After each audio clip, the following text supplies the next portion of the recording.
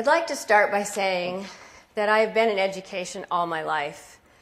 I was a 7th, 8th, and 9th grade teacher for 8 years. I loved those students. They made me strong.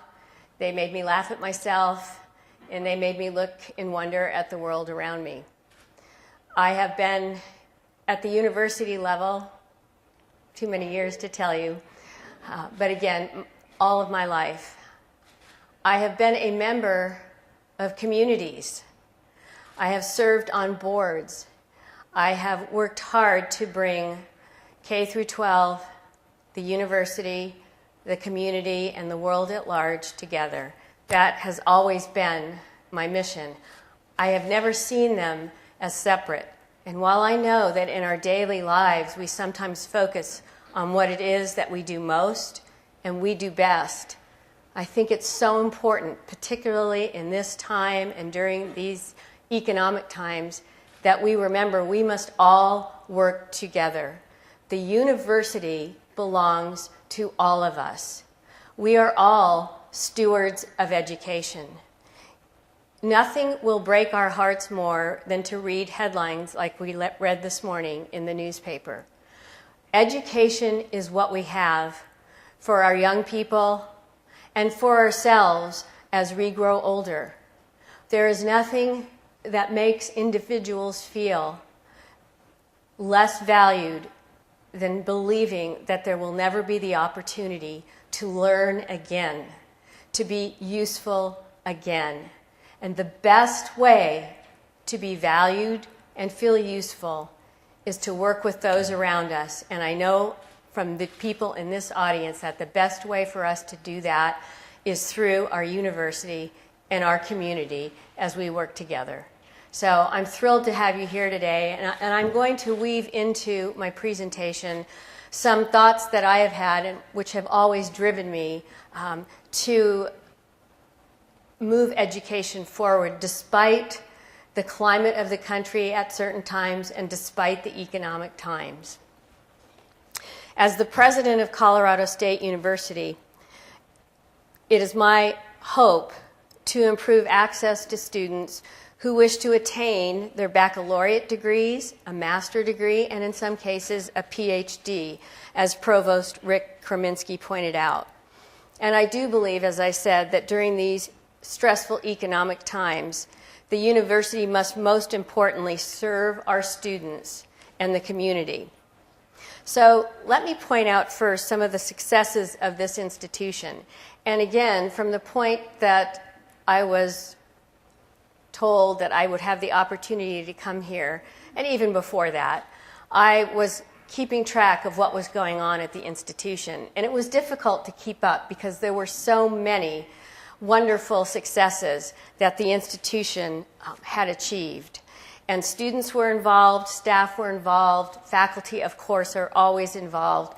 And I noted that the community was intimately involved. It does seem to me that wherever I end up, there's always this notion that the university and the community don't work together. And frankly, I don't really think that's ever been the case at any of the institutions whom I've served. So let's just look at a few of these successes that we've had. And there are many that I won't be able to mention today, but there are newsletters, email communications, and other forms that will allow you to understand what we do here. Just in this past October, the EPA announced a grant of $375,000 awarded to CSU Pueblo. The grant is a collaboration between Pueblo City County Health Department and the university. Pueblo is one of 2 communities in the nation awarded this grant. Now, I find that to be a significant honor, one of 2 communities in the nation. The grant is headed up by Professor David Malett, Director of the Center for the Study of Homeland Security, and focuses on risk management in the event of a biological environmental contamination. Dr. Malett is working with Mark Corbett, the Regional Coordinator for Emergency Preparedness and Response. CSU should be proud to be a leader in research for protection of our state and the country as a whole. Again, I find these types of partnerships what are at the heart of the university. Education. As I said before, it is the future of our country. I'm pleased to announce that CSU Pueblo has been awarded a 5-year, $1.2 million grant from the National Science Foundation to address a critical shortage of K through 12 math teachers. Dr. Janet Barnett, professor of mathematics, was the principal investigator on this grant. And let me point out that National Science Foundation awards are not easily gained. It takes much work to put these grants together, and while the faculty are busy teaching and serving on committees, grants of this nature take a great deal of work and time. And again, NSF is not something that every institution finds itself the recipient of. So congratulations to Dr. Barnett and mathematics as a whole. CSU Pueblo recently completed research for CDOT, the Colorado Department of Transportation, to assess improvements for highway corridors and roadside facilities. And I can tell you, when I first moved to Colorado, my husband said, be careful when you're getting on and off the freeways. And I thought, I lived in LA, I can get on and off the freeway.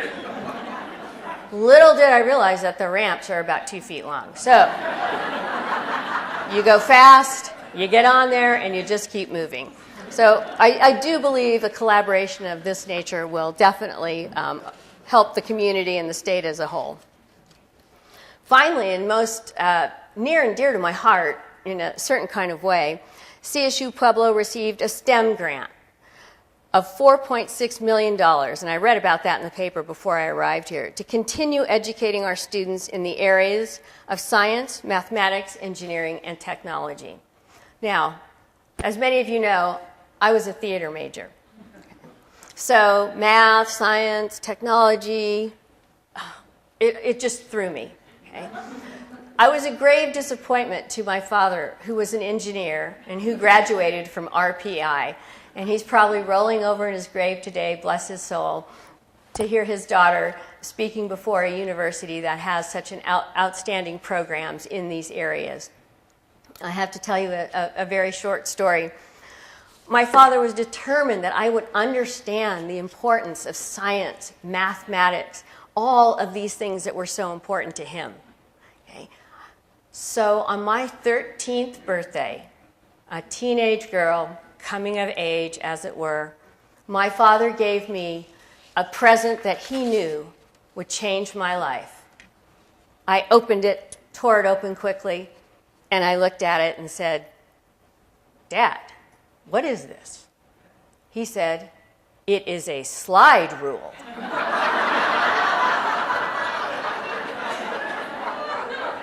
I said, is that something like an abacus? I'm not sure what I'm supposed to do with this. And he said, you are going to college and you are going to go into engineering. Well, clearly that didn't happen. I went just the opposite way, into theater. But by the end of my 4 years in high school and in college, my father was proud of the fact that I took a different path than he did. But he had always instilled in me the importance of math, science, engineering, and technology, equally as well as the liberal arts, because my father understood that while you can measure and while numbers are important and data is always important, the liberal arts, creativity, and the ability to see life in a different way was equally as important. So I thank him for allowing me to become a whole person, even though I was somewhat divided during my years growing up. Rick already mentioned that we now have a DMP and a Master's of Engineering and Mathematics, and I'm thrilled about that. I'd like to say a little bit about the nursing program. Again, I think what we cherish in life often comes from our own personal experiences. And my aunt was a nurse. She was stationed in Paris during World War II, and she was always committed to helping those who were ill, who suffered illnesses throughout their lives, and those who might become sick for a period of time. And she would always tell me stories of how wonderful nursing was. I realized as well that it is a very difficult profession. And I have been fortunate enough to oversee nursing in my former colleges and universities in a variety of different ways, department chair, dean, provost and now, fortunately, as president. I did go on the website to look at how the nursing school was doing. The students are doing extremely well, and their NCLEX scores, the last few years, they've been in the 90 percentile range, which is really outstanding. It is extremely difficult. The nursing program is difficult for our students. It takes a lot out of them, and to have that level of score for CSU Pueblo is outstanding, and I really do applaud the nursing department. I know what it goes into making certain that our students graduate and that they stay within our community. In fact, as I said, my husband was in the hospital this week, and a number of the nurses that we saw there had graduated from CSU Pueblo, I'm very proud to say. I'd also like to take the time to thank our foundation board and trustees. I met with them last week. We really do have a group of dedicated community members who want this institution to succeed in every way.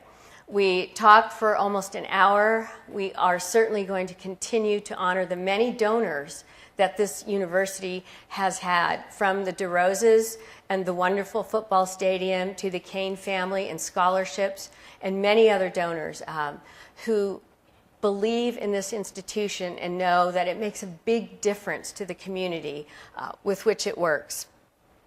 And then finally, I would be remiss, of course, if I didn't mention athletics. Again, another story. Growing up, and this will date me somewhat, but in an Italian family with a very strict father who was an engineer and who loved sports along with my brother, was very traditional. My father and my brother and the guys around the neighborhood would come over and watch whatever it was, baseball, football, anything that had to do with sports. And my mom and I would make food and wonder what was actually going on with these sports. Okay. But as I grew up and I became a college professor, I realized that sports was something that is very important in terms of learning competition, but competition in a way that allows people to work together. And athletics can contribute to allowing a student to be a well-rounded graduate of a university. And I pledge to you that we will work together so that athletics and academics do not compete with each other, but make the person whole, just as theater and science and mathematics made me a whole individual. So we will be meeting, working together, and I do want to congratulate Coach Riston for a wonderful year this year, 11-0, and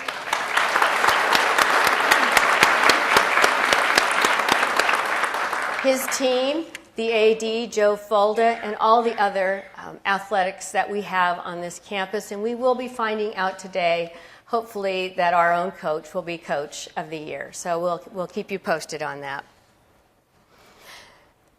That said, I'd like to talk a little bit about what I see as my strategic goals and hopefully yours. And I've been trying to, as I said, meet with as many people as I could since I arrived here in December. I did ask Rick to remind me never again to come somewhere in the middle of the year. That makes it a little bit difficult, but we've managed to accomplish many things since then. We need to continue to advance our academic programs. We have many outstanding programs on this campus, but I'd like to see some surveys to determine how well our students are doing out in the community, and determine if there are other ways in terms of the curriculum that we can really make our students valuable in the professions that they continue on. I know that we've done that already, but it's always important for us to continue to look at perhaps other academic programs that our society needs, and to always keep a check on what we do offer, understanding that times change, and with that we may have to look at curriculum and decide that some things might need to be different. And I'd like to work with you on that. Again, I've been able to read quite a bit about what we offer at CSU Pueblo, but I haven't been involved in working with you on that, and I look forward to that. Remedial courses across the country are a big topic of discussion. And again, having come from teaching in the K through 12, I'm very sensitive to the fact that sometimes we blame K through 12. And sometimes K through 12 might blame us. The fact is, we have to work together to help our students.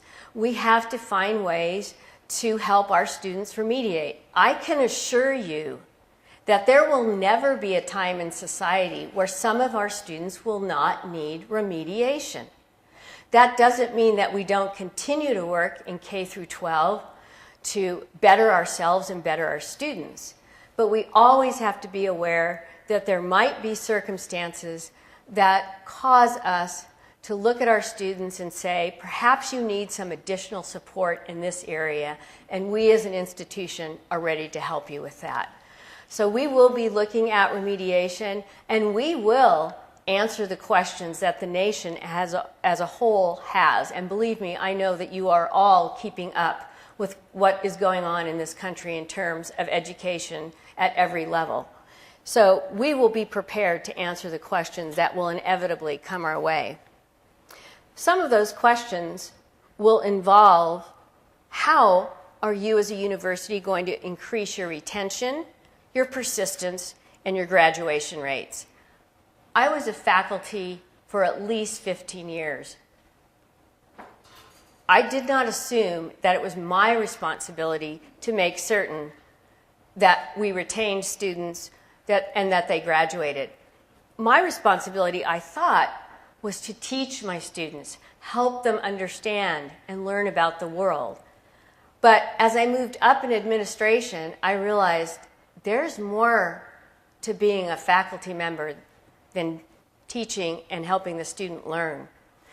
It's also a faculty member's responsibility to help the students see that they need to stay at the institution.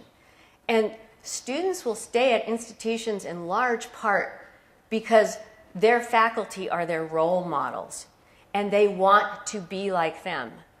30 years after I've taught at California State University, Los Angeles, campus much like this one, I still receive emails from students who found me on the wonderful world of technology through YouTubing or something else, and write me and say, Dr. Damar, thank you for being my professor. I've gone on to become a specialist in a certain area of medicine. I decided I want to become the president of a university. As a woman, I now know that I can do that. So faculty and everybody else in the institution are responsible for retention of our students. Now, the government has what I would call a different way of defining retaining students.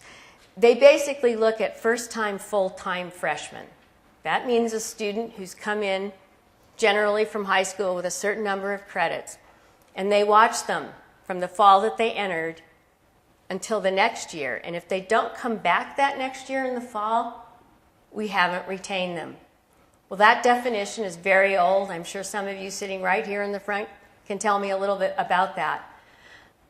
There are things that prevent students sometimes from not staying at the institution, but they might come back 6 months later. Unfortunately, that gap then tells the federal government, oh, you haven't retained your students.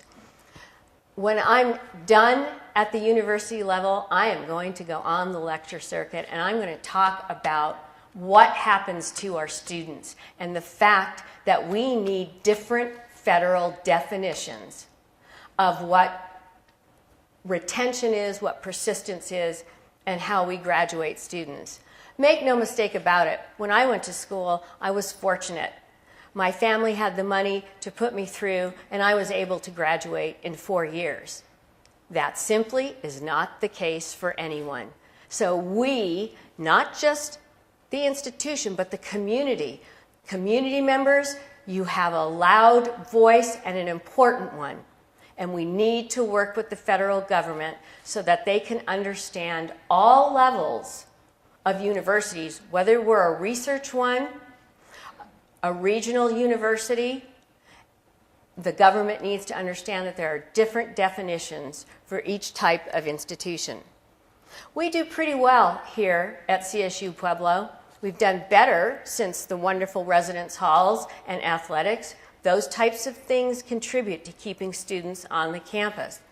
A recent report from Derek's office indicated that right now the first-time full-time freshman retention rate is 65%. That's above the national norm.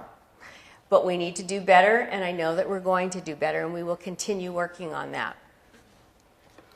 We would also like to increase the number of out-of-state students and international students. If we are truly to become a diverse university, and I'm proud to say that I'm now at an institution that does have a number of out-of-state students and international students, but we need to continue to make efforts to recruit students in those areas. In fact, I just had a discussion recently with Joe Marshall, and that is one of the things that we're going to be focusing on. Bringing in diversity just helps us better understand ourselves and the world around us. So again, I think it's extremely important that we look outside of Pueblo and outside of the state of Colorado to create more diversity within the campus. Something that's of personal import to me is developing more effective communication between all of the units on this campus. I'll be perfectly frank, as I was in my interviews. It's so very easy to become siloed. It happens at all institutions. There's no question about it. But leadership needs to try to prevent that. And if leadership isn't watching carefully at all times and working at this every day, the silos, we will fall back into them. It is very much like a personal relationship. If you and your partner and your family are so busy doing what is most important to you that you forget about that unit, you one day will wake up and find that you don't know each other. So I promise you that shared governance will be a part of this university, and it will be a part of the community with which we work. Shared governance means that everyone who is responsible for our students and our citizens work together. And as your leader, I will do everything I can to make certain that that happens. And you may have to remind me sometimes, because I'm busy too and have the tendencies to forget. So if I do, you let me know that, and I know you will. Thank you.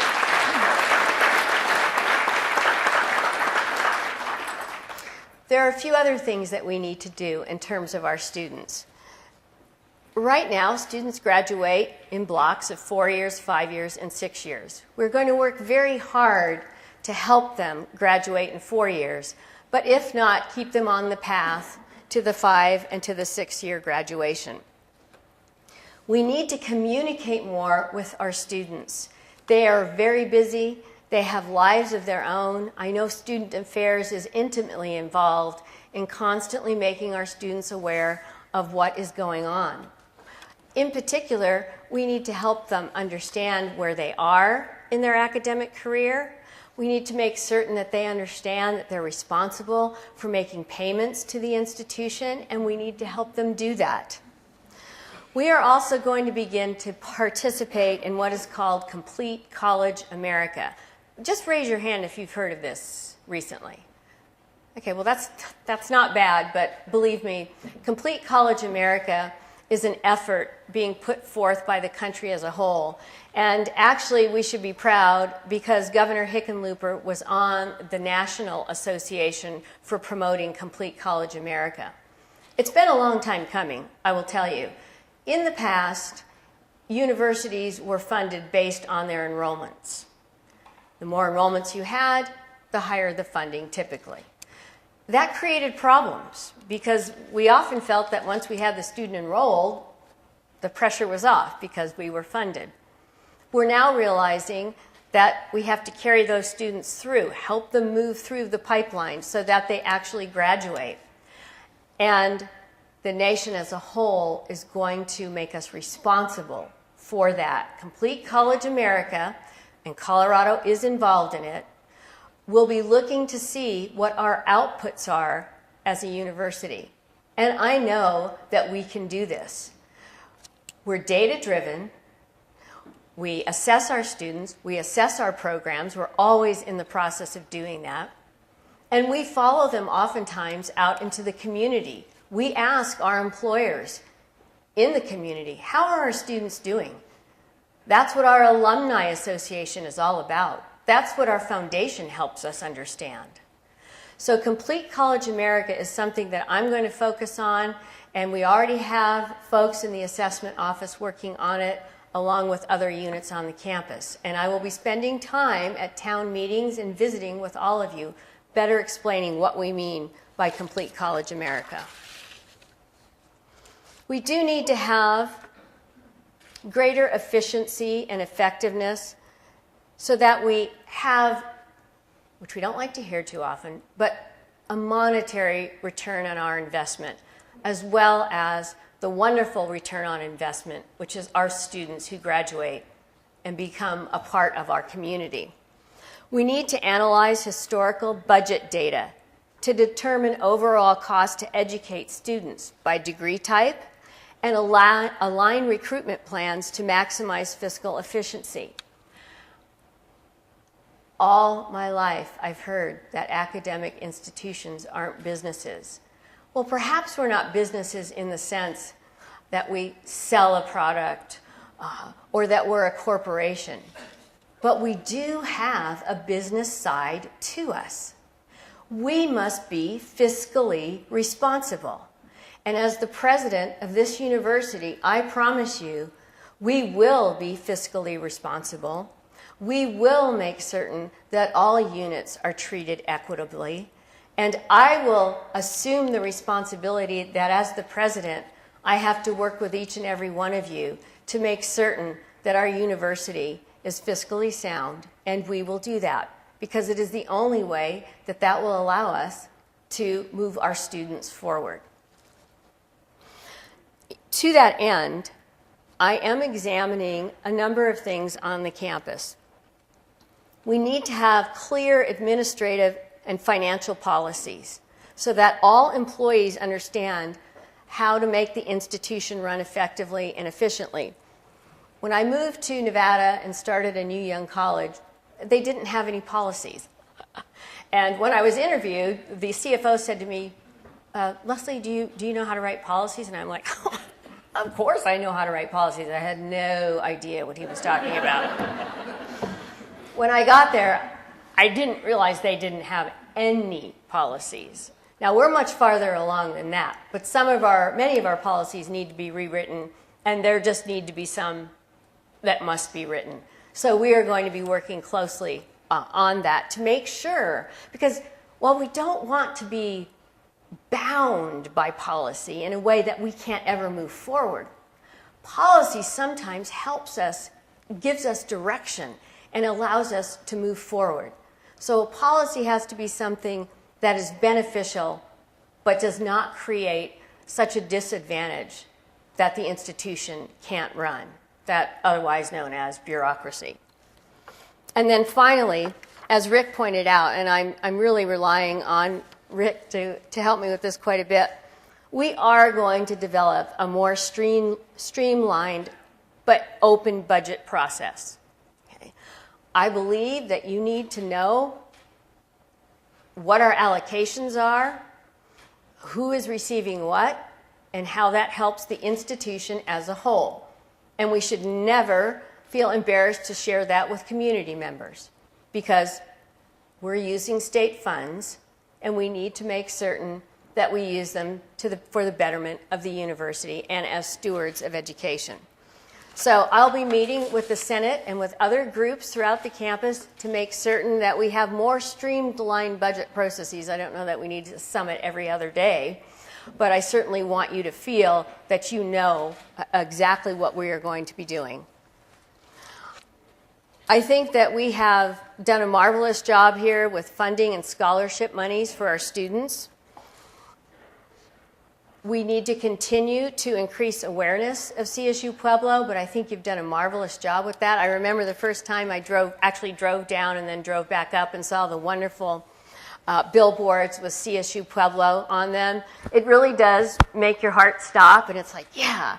I also had the radio on, and the station here was advertising, and again, I heard CSU Pueblo, and I thought, wow, I'm hearing this all the way up and down the state, and I was thrilled about that.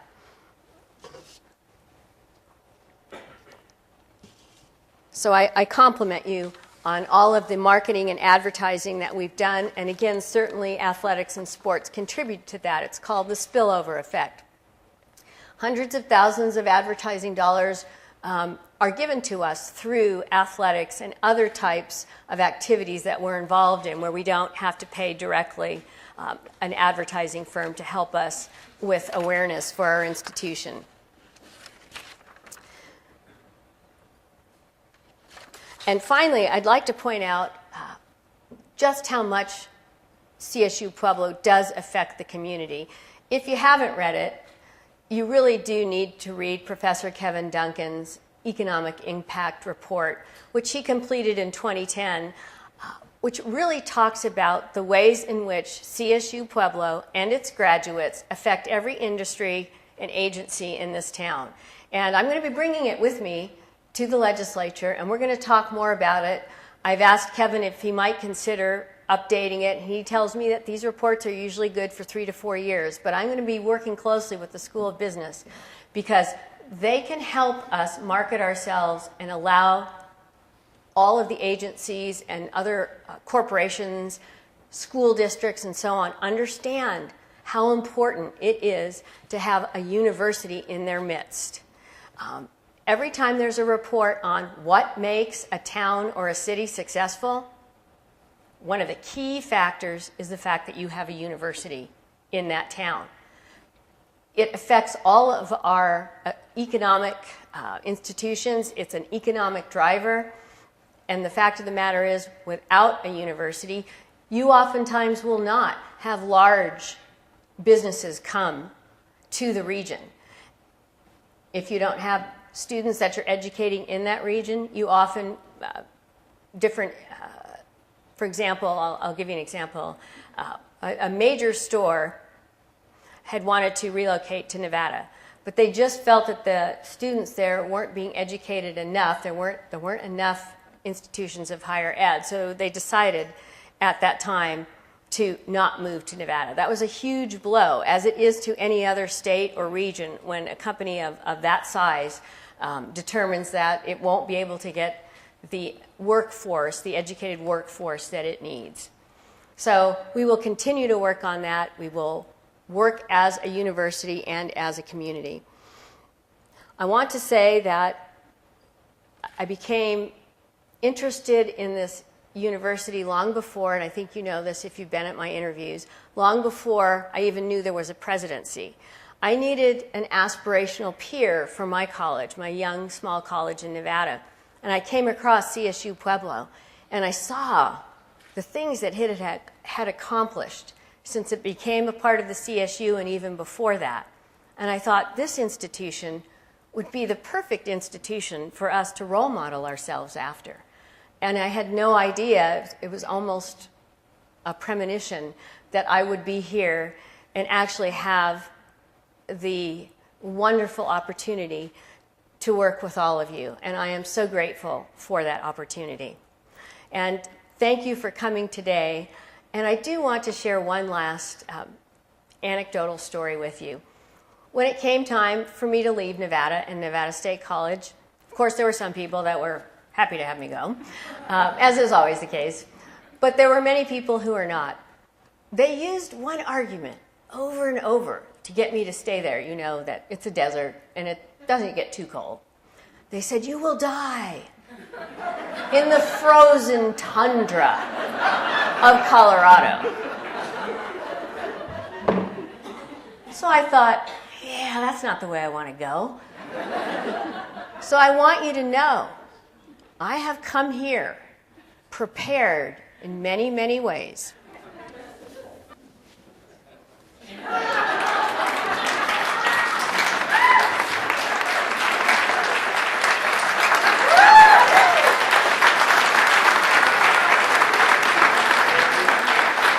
I promise you, I will not die because of the frozen tundra of Colorado. Thank you all for being here today.